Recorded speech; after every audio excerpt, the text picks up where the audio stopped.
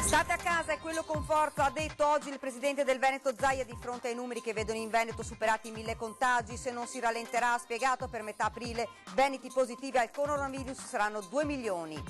Da un lato negozi ma anche grandi catene che in autonomia stanno decidendo di chiudere per tutelare la salute pubblica, dall'altro parchi cittadini affollati da persone incuranti degli appelli che arrivano da più parti. Anche se il governo non ha deciso di chiudere la mia azienda perché la salute è più importante, la decisione di un imprenditore veneziano. Il governo è pronto a varare una prima serie di provvedimenti per contrastare l'effetto del coronavirus anche su famiglie e imprese, ad annunciarli il sottosegretario Pierpaolo Baretta. Orgogliosi di voi, grazie alla scritta apparsa in uno striscione affisso all'ingresso dell'ospedale di Conegliano, sono estremamente commosso, ha detto il direttore generale dell'ULSS 2 Benassi. Regionali 2020, Enrico Cappelletti è il candidato presidente per il Movimento 5 Stelle, ha ottenuto sulla piattaforma Rousseau il 51,7% dei voti. Buonasera, ben ritrovati, edizione regionale dei notiziari di Antena 3 Nord-Est, lo avete dunque sentito ora dai titoli. In primo piano ovviamente sempre l'emergenza coronavirus, vi forniamo i dati che ormai purtroppo conoscete durante le nostre edizioni straordinarie, ne abbiamo dato conto più volte, salgono a 1023 le persone contagiate, più 110 persone, 262 le persone ricoverate, quindi con un più 29, 68 in terapia intensiva e 29, anzi 30 purtroppo con l'ultima persona deceduta, la prima a Belluno, 30 le persone decedute attualmente in Veneto. State a casa, lo ha ripetuto fino allo sfinimento oggi il presidente del Veneto Zaia di fronte ai numeri che vedono in Veneto appunto superati i 1000 contagi. Se non si rallenterà il contagio per metà aprile, i numeri dicono che i veneti positivi al coronavirus saranno 2 milioni. I veneti devono capire che devono stare in casa. I veneti devono capire che la prima cura al virus siamo noi. I nostri modelli ci dicono che fra 5 giorni avremo un picco nelle terapie intensive. I nostri modelli ci dicono che se continuiamo così a non rispettare le regole, entro il 15 di aprile avremo 2 milioni di veneti contagiati. Divieti, restrizioni, appelli accorati, niente sembra bastare per chiarire ai cittadini che possono uscire di casa solo se strettamente necessario.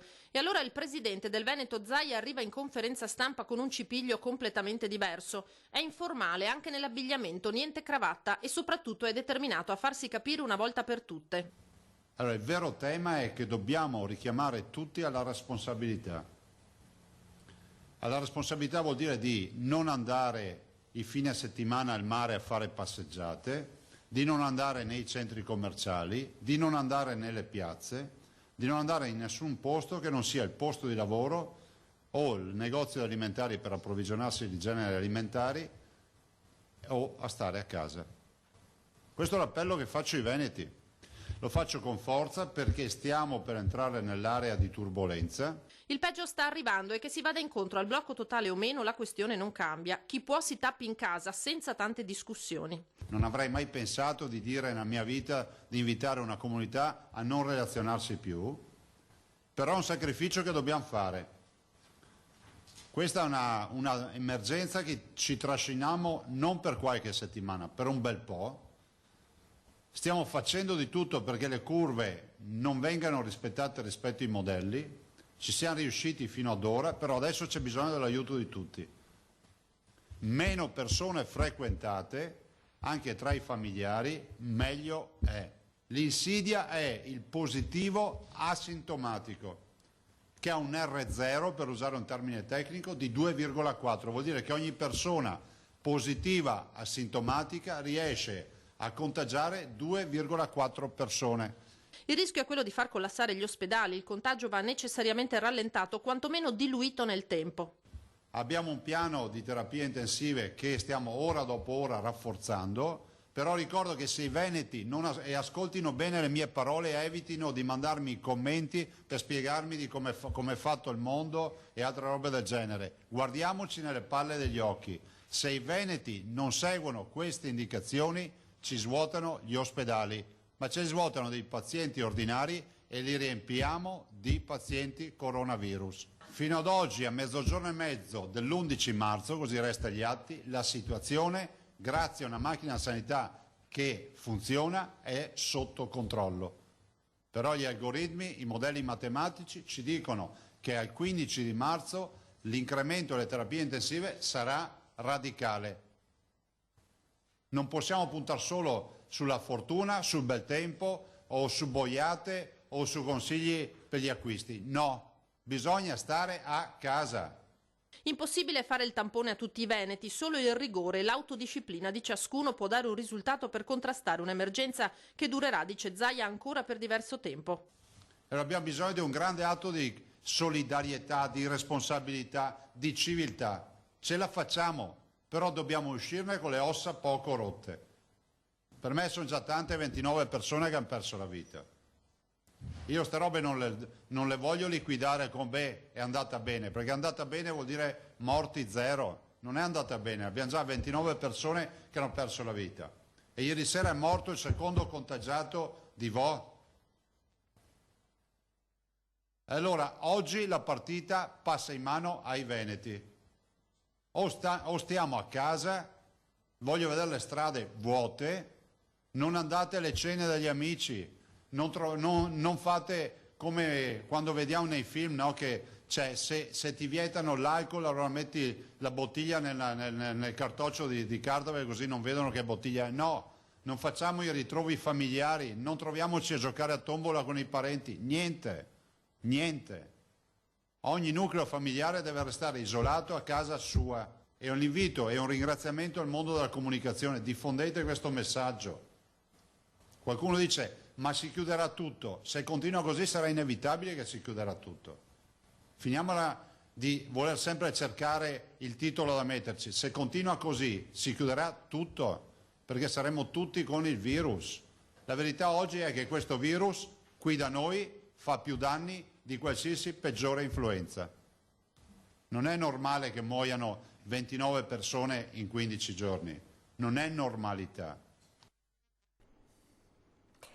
Primo decesso al San Martino di Belluno di un paziente positivo al coronavirus. Si tratta di un'anziana di 91 anni che era stata trasferita dalla geriatria di Feltre al reparto di malattie infettive a Belluno dopo il riscontro della positività al Covid-19. Sono in corso le valutazioni del caso da parte dell'Istituto Superiore di Sanità sulle cause del decesso. Per far fronte all'emergenza oggi l'ULSS Dolomiti ha conferito 4 incarichi libero professionali a 4 medici in quiescenza che si sono resi disponibili. Si tratta dell'ex primario del pronto soccorso, dell'ex primario di medicina interna. Rientrano in servizio anche una dottoressa specialista in dermatologia ed un primario già di urologia. Sono stati assunti a tempo indeterminato anche 43 infermieri per le necessità legate all'emergenza coronavirus per il supporto alle unità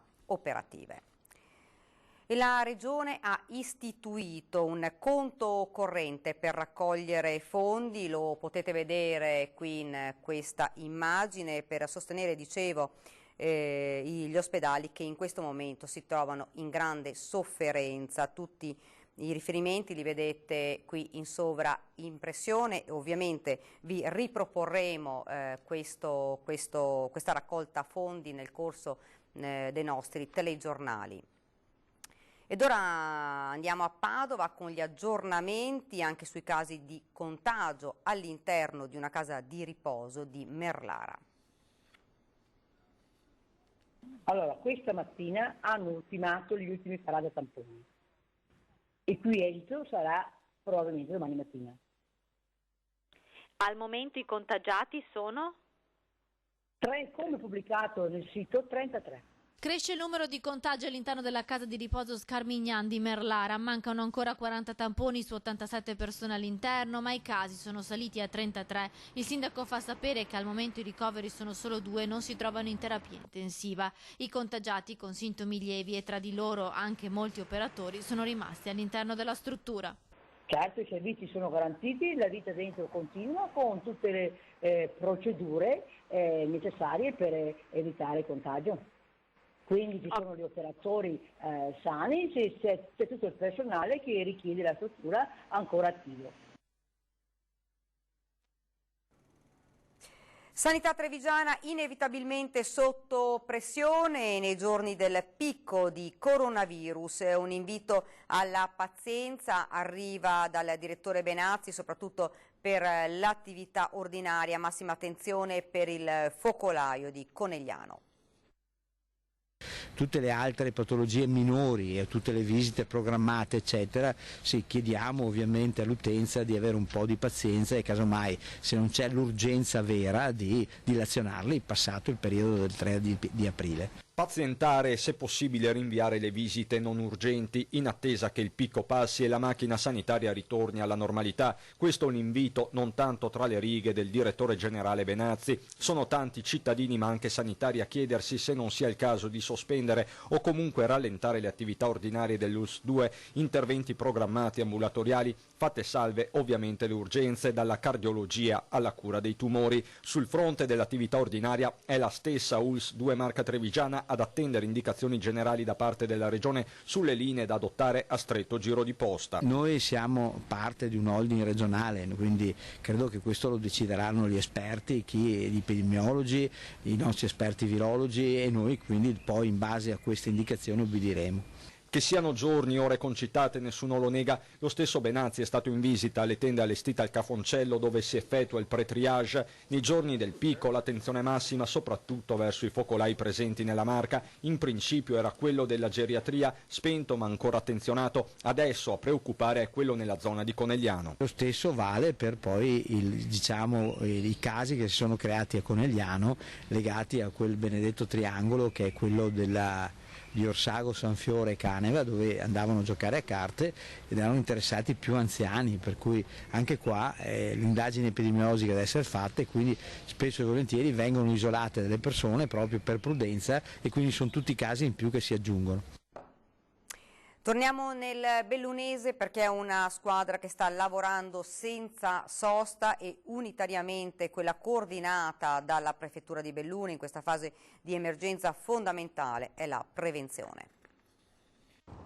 Riunioni quotidiane del Comitato Ordine e Sicurezza Pubblica. Tutti i giorni alle 9:30 a Palazzo dei Rettori si incontrano i vertici delle forze dell'ordine, il presidente della provincia, a Campione i sindaci, il direttore generale dell'ULSS Dolomiti. Ma l'incontro vis-à-vis è destinato a durare ancora poco. È intenzione del prefetto collegarsi con i componenti del comitato in videoconferenza. Stiamo organizzando e stiamo ovviamente lavorando su due fronti. Uno è quello a cui teniamo moltissimo, che è quello della prevenzione e dell'informazione. È in capo al prefetto il compito di far eseguire le disposizioni del DPCM del 9 marzo scorso, che ha esteso le restrizioni a tutto il territorio italiano. Stiamo anche chiedendo a tutti gli uffici pubblici della provincia e ai sindaci della provincia di comunicarci, di darci assicurazione sull'attuazione delle misure. Stanno arrivando le risposte. Il Comitato svolge azioni di monitoraggio sull'attuazione delle regole previste dalla norma e sull'attività da svolgere sul territorio. Le regole devono essere metabolizzate, ma i bellunesi si stanno comportando bene, dice il prefetto. Questo lo desumo sia dal fatto che appunto non abbiamo avuto riscontri negativi nell'attività di controllo, ma lo desumo anche dalle domande che ci vengono formulate, che lasciano intendere il desiderio di comportarsi secondo le regole. Il messaggio ai bellunesi è quello di rispettare le regole igieniche e di evitare le aggregazioni, in senso assoluto di evitare il contatto con l'altro e stare il più possibile a casa. Vi ricordo anche che è di poco fa la notizia che l'Ordine Mondiale della Sanità ha parlato ora di pandemia. Intanto andiamo a Treviso, dove alcuni imprenditori di loro iniziativa hanno deciso di chiudere la propria attività per tutelare la loro salute e quella dei dipendenti. È il caso di Francesco Miatto. Io per la mia famiglia, per la mia azienda, per le famiglie dei miei collaboratori, ben 11, io da domani chiudo l'attività. Chiudo l'attività fino a data da destinarsi. La chiudo di mia iniziativa con i contro che ci saranno per un discorso economico, ma sono sicuro che la vita viene prima di tutto. Il lavoro poi, se avrò la vita, comunque posso riprenderlo in mano, ma la priorità è la vita, ragazzi. Una decisione non certo semplice, sofferta sicuramente quella presa da Francesco Miatto, titolare insieme alla sorella di una ditta che produce tende e pergole a Scorzè. Con circa 11 dipendenti, Miatto qualche giorno fa era davanti alla TV ad ascoltare il Presidente del Consiglio, Giuseppe Conte, dopo l'approvazione del nuovo decreto per arginare l'emergenza coronavirus. Dopo il decreto di ieri sera, sinceramente, speravo che chiudessero tutte le aziende, perché è questa la cosa sicuramente da fare, subito, immediata, per combattere il virus. L'imprenditore ha iniziato così a riflettere su cosa fosse meglio fare, poi è arrivata la telefonata di un amico. Ho sentito un altro mio amico, che ha dei suoi coetanei, da Vo, che ha più di qualche amico dei 35-45 anni, intubato da 15 giorni. Al solo pensiero dico, ma forse non vale la pena tenere aperto, perché lo Stato mi ha detto sì, può andare a lavoro. L'iniziale idea di fermare la propria azienda è diventata una decisione concreta quando Miatto ha ascoltato le parole della sorella prima e di un amico poi, entrambi medici, testimoni diretti della difficile situazione che si sta vivendo tra le corsie degli ospedali in questi giorni. Mi hanno detto una cosa: Francesco, stai a casa tua. Fino a che lo sento sui social è una cosa, sì, ma quando lo senti in persone che sono in prima linea, questo mi fa pensare. Da qui la decisione volontaria, seppur al momento non prevista dal decreto, di fermare la produzione. E in queste ore sono diverse le catene di abbigliamento e calzature, anche di notte, marche che hanno scelto di chiudere i propri negozi in tutta Italia, mentre molte aziende, laddove possibile, stanno avviando lo smart working. Il messaggio di Francesco Miatto ai suoi colleghi imprenditori è ben chiaro. La cosa importante è la vita, il resto si può fare. Io sto a casa. Ed il governo è pronto a varare una prima serie di provvedimenti per contrastare l'effetto del coronavirus anche su famiglie e imprese. Ad annunciarlo nel dettaglio il sottosegretario e candidato sindaco a Venezia Pierpaolo Baretta.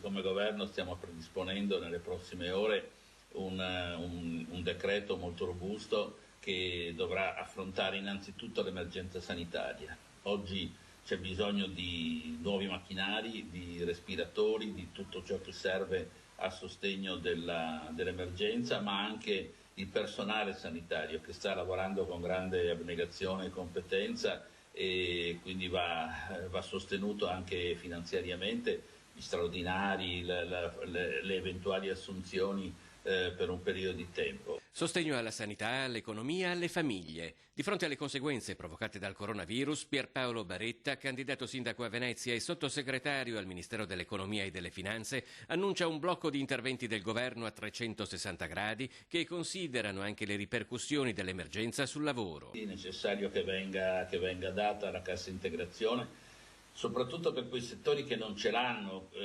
penso ad esempio al turistico e alberghiero che noi abbiamo qui, tra l'altro a Venezia, sono settori di grande importanza per il nostro territorio, Venezia e il Veneto, ed è importante che abbiano questa tutela per impedire i licenziamenti, dare ai lavoratori una risposta. Nei provvedimenti sarà tenuto conto anche delle difficoltà incontrate dalle famiglie nella gestione dei figli, ora che le scuole sono chiuse. Bisogna pensare anche ai voucher oppure addirittura ai congedi parentali per tutti. E questo comporta un intervento importante dal punto di vista anche di sostegno finanziario, ma va assolutamente fatto. Le famiglie hanno diritto di stare vicino ai loro figli in questo momento. Altro intervento è quello di carattere fiscale, per ovviare ad un problema di liquidità sia di famiglie che di imprese. Ridurre al massimo i pagamenti prossimi di interventi fiscali vari, ma anche sospendere i mutui e fare in modo che quando si dovrà pagarli questo venga rateizzato nel tempo, perché che non succeda che magari nel momento in cui si supera questa crisi poi arriva un eccesso di assenza di liquidità per i pagamenti arretrati. Due spaccati della città, parliamo di Mestre, tra attività che chiudono e il Parco San Giuliano invece gremito di gente. Il nostro reportage. Il centro estetico deve rimanere chiuso fino al 3 aprile. Tutti gli appuntamenti vengono cancellati e rinviati in data da destinarsi. Incredibile, il bar San Marco, che porta l'omonimo nome della via, è chiuso. Il bar a fianco, questo nuovo centro estetico, è chiuso per ferie, dal 10 marzo al 22 marzo. Nel villaggio San Marco a Mestre, come le due attività, chiuse le complessive 10 negli appena 100 passi che contiamo, partendo a ritroso dal civico 158 in poi. Dalla parrucchiera all'estetista, passando per bar e amministratori di condominio, eppure per lo SPID della CGIL. L'avviso al pubblico è sempre lo stesso: chiuso. Chi per ferie, chi per effetto del DPCM, si legge, con la postilla aggiuntiva degna di nota in un secondo centro estetico. Se stiamo tutti a casa risolviamo velocemente questa situazione. L'unico che continua a tenere aperto, lui, l'ottico della zona, nonché vicepresidente della municipalità di Mestre. Circondato dal deserto totale. Sì, infatti abbiamo fatto questa lunga carrellata di questi negozi che appena 100 metri sono tutti chiusi. Obbligati da una questione giustamente igienica, perché il centro estetico ha chiuso, le signorine qui vicino che lavorano a portata di viso a viso hanno chiuso, alcuni stanno molto attenti, però la sensazione è che giorno dopo giorno, finché le cose non si risolleveranno, chiuderemo tutti. Pochi metri più avanti, al Parco San Giuliano, la situazione è diametralmente opposta. Qui pullula di gente. Preoccupazione c'è. Però come mai siete venuti al parco nonostante anche per un po' prendere un po' d'aria, la bambina non può stare tutto il giorno a casa. Si sa che la preoccupazione c'è, però per andare a fare le spese bisogna andarci. Giustamente, se dopo faranno un divieto assoluto lo rispetteremo. C'è chi fa jogging, chi seduto alle panchine, ciclisti, compagnie di ragazzi a passeggio o comodamente seduto al bar a prendere il sole, che sembra di stare in un mondo parallelo. Forse sarebbe opportuno pensare che si chiude tutto per 15 giorni. In questo credo che la proposta di Zaia non sia peregrina. Ed ora nel Trevigiano, devo essere sincero, sono estremamente commosso, a dirlo Francesco Benazzi, direttore generale dell'ULSS 2 Marca Trevigiana, commentando la comparsa all'ingresso dell'ospedale di uno striscione anonimo con la scritta "Orgogliosi di voi, grazie". Quando mi hanno mandato la foto non sono riuscito a trattenere le lacrime, continua Benazzi. Ecco, io credo che una comunità che riesce a far sentire in questo modo la propria vicinanza agli operatori che sono in prima linea giorno e notte e che ci fanno toccare così con mano la propria stima e gratitudine sia una grandissima forza. Ce la faremo con l'aiuto di tutti, ce la faremo a superare anche questa prova impegnativa dalla quale usciremo più forti e più uniti. Ed ora invece a Padova, in attesa di eventuali nuove decisioni del governo, i supermercati sono quei luoghi dove per necessità si può andare senza limitazioni, dove sono attive procedure di sicurezza per dipendenti e clienti. regolarmente aperti, con gli scaffali riforniti e con le misure di sicurezza e di igiene già attive da giorni. I supermercati sono sotto i riflettori dall'inizio dell'emergenza coronavirus, ma in attesa di eventuali nuove disposizioni del governo la situazione è sotto controllo. Ci si può andare, ma si consiglia in quello più vicino a casa e rispettando le distanze di sicurezza dagli altri clienti. Casse, carrelli, cestini, bilance e maniglie dei frigoriferi qui vengono disinfettati ogni ora e mezza. Il personale che vuole può utilizzare guanti e mascherine fornite dall'azienda e anche molti clienti fanno lo stesso. Noi abbiamo adottato fin da subito un protocollo per il nostro personale di igienizzazione sia dei carrelli, dei cestini, e poi abbiamo messo a disposizione del cliente all'entrata un igienizzante mani. Abbiamo messo un igienizzante carrelli e cestini e la disponibilità di utilizzare il guanto da subito, in maniera che il cliente deve essere assolutamente sentirsi tranquillo nei nostri negozi. E poi a negozio chiuso operiamo con la fumigazione, che è una sanificazione totale del punto vendita che viene fatto alla sera. Durante la notte un macchinario emana un fumo igienizzante che si deposita ovunque e sanifica. Ecco, il consiglio semmai è quello di utilizzare anche gli orari meno consueti, all'apertura e a ridosso della chiusura, per acquistare e fare un po' di scorta di qualche prodotto per uscire meno di casa. Sarebbe importante avere un afflusso un po' più diluito nella giornata, quindi iniziare già dal mattino presto, non preoccuparsi di arrivare presto perché la gente non trova la merce, ma si potrà trovare anche se uno dovesse venire verso tardi alla sera, e poi effettivamente non magari frequentare giornalmente per le piccole spese, magari fare una spesa un po' più ampia. Al via da domani mattina un'attività straordinaria di igienizzazione delle strade e dei marciapiedi di Padova. Verranno impiegati nuovi prodotti specifici citati anche nei documenti ufficiali delle autorità sanitarie nazionali come efficaci contro il coronavirus. Intanto ennesimo appello del sindaco a chi ancora non rispetta l'invito a rimanere a casa e tiene comportamenti pericolosi senza rispettare le distanze di sicurezza e le prescrizioni igieniche. Obiettivo: fare rete contro la corsa del coronavirus. Medici di famiglia e ULS 8 stringono il loro rapporto e il medico di base diventa sempre più sentinella del territorio. Vediamo. La corsa di Covid-19 dall'Asia, senza contare la Cina, arrivando in Europa, scalando rapidamente il nostro paese, che balza in pochissimo tempo in testa per contagi. La simulazione grafica è impressionante e ci fa capire come il virus avanzi senza sosta e velocemente. L'unica arma al momento sembra essere l'isolamento. Sanità pubblica chiamata ad uno sforzo eccezionale. A Vicenza l'USL conta i posti letto che ha l'ospedale San Bortolo, ma che soprattutto può mettere a disposizione di terapia intensiva e infettivi. Fa rete con i medici di base che diventano le sentinelle del territorio, il primo fondamentale filtro tra la malattia e l'ospedale. Stiamo creando una rete che cerca in tutti i modi e di non fare entrare il paziente fragile e eventualmente sospetto all'interno dell'ospedale, perché questo è il rischio appunto di un caso intraospedaliero, di un cluster intraospedaliero, e di isolare tutti i pazienti che è possibile che siano positivi a domicilio.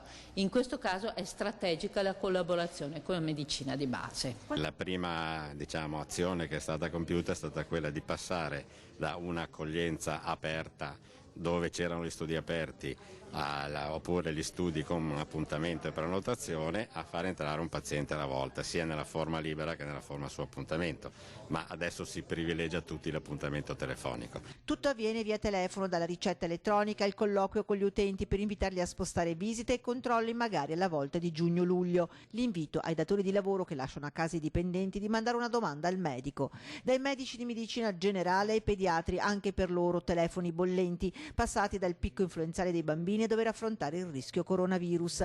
Al momento continuano le vaccinazioni e i bilanci di salute dei neonati, ma anche i pediatri lanciano un invito. Li invitiamo anche a non frequentare degli ambienti con altri bambini. Adesso per motivi lavorativi le mamme sono sottoposte a un grande stress da parte dei datori di lavoro e quindi vorrebbero trovare delle soluzioni alternative, magari raggruppando ancora in qualche nido in famiglia, quindi con pochi bambini, però questo è molto pericoloso. Intanto le prossime ore potrebbero portare notizie positive. Stiamo in questo momento approntando tutti i controlli per fare uscire domani i primi 4 positivi. Si mobilitano gli industriali di Padova e Treviso con una donazione alle ULSS di 100.000 euro. Gli imprenditori padovani e trevigiani scendono in campo per aiutare gli ospedali delle 2 province maggiormente colpite dal coronavirus in Veneto. Assindustria Veneto Centro ha annunciato di voler garantire una donazione di almeno 100.000 euro per contribuire a contrastare l'emergenza sanitaria Covid-19 che colpisce la nostra regione. È stata così attivata una raccolta fondi straordinaria tra i propri associati, chiedendo a ciascuna impresa un contributo di 1.000 euro. La somma raccolta sarà destinata all'acquisto urgente di ventilatori polmonari per rafforzare le strutture di terapia intensiva necessarie ad affrontare l'emergenza coronavirus per le USL di Padova e di Treviso. L'importo di 100.000 euro sarà reso disponibile già da mercoledì 11 marzo. Abbiamo più volte sottolineato, dichiarano Maria Cristina Piovesana e Massimo Finco, che l'emergenza coronavirus richiede un'assunzione di responsabilità condivisa, consapevoli che il superamento della grave emergenza sanitaria sia premessa per la ripartenza anche dell'economia e delle imprese messe duramente alla prova in questo periodo. Assindustria Veneto Centro ringrazia tutti i medici, gli infermieri, i volontari e tutti quanti sono impegnati nello sforzo straordinario, anche rischiando personalmente.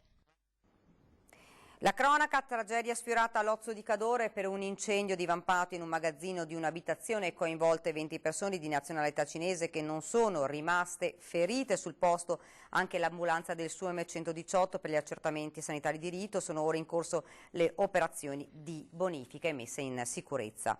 Regionali 2020, Enrico Cappelletti è il candidato Movimento 5 Stelle per le regionali in Veneto, avendo ottenuto sulla piattaforma Rousseau il 51,7% dei voti, 844 in termini assoluti, battuta di poco Erika Baldini che ha incassato il 48,3% dei voti, cioè 788.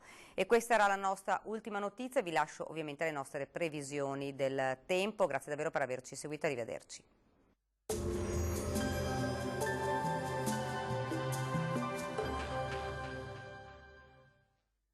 Bentrovati al meteo. Tempo ancora in genere stabile con alta pressione sempre presente e clima mite. Il dettaglio di giovedì 12 marzo.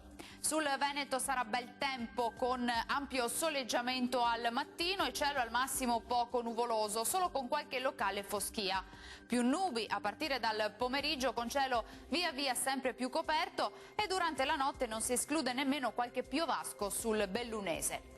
Temperature minime tra 5 e 9 gradi, valori massimi invece tra 13 e 17 gradi all'incirca.